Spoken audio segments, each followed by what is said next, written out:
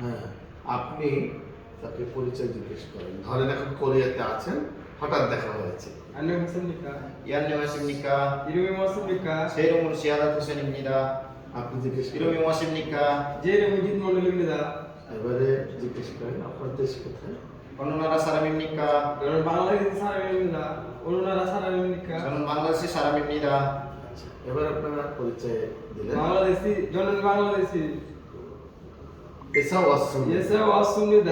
네. এটাও বলা যাবে। 예, 방글라데시 와디 시나에 살아요. 살아요? বা ওদিয়ে সারায়ও। 방글라데시 짜파이나고본지에 살아요. 자파이나고 저는 자파이나고에 살아요. 예.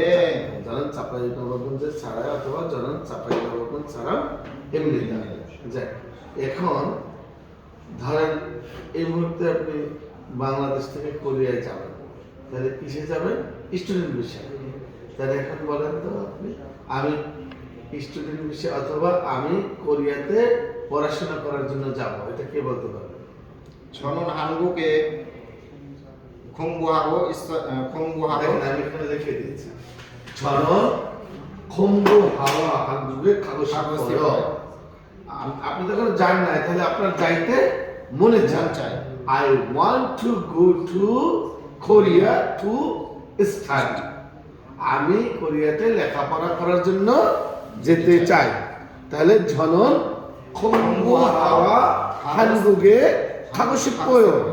অথবা 저는 공부를 위해 한국에 가고 싶어요 বা 가고 싶습니다।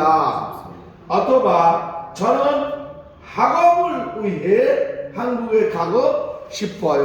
এখন বলেন আমার সাথে, আপনারা সবাই বলেন, আমি কোরিয়ায়, বলেন আমি কোরিয়ায় আমি কোরিয়ায়, আমি আপনি বলেন কোরিয়ায়, আমি কোরিয়ায় লেখাপড়া করার জন্য যেতে চাই। 저는 한국에 공부하러 가고 싶어요। 저는 한국에 공부하러 가고 싶어요। 저는 한국에 공부 위해 가고 싶어요।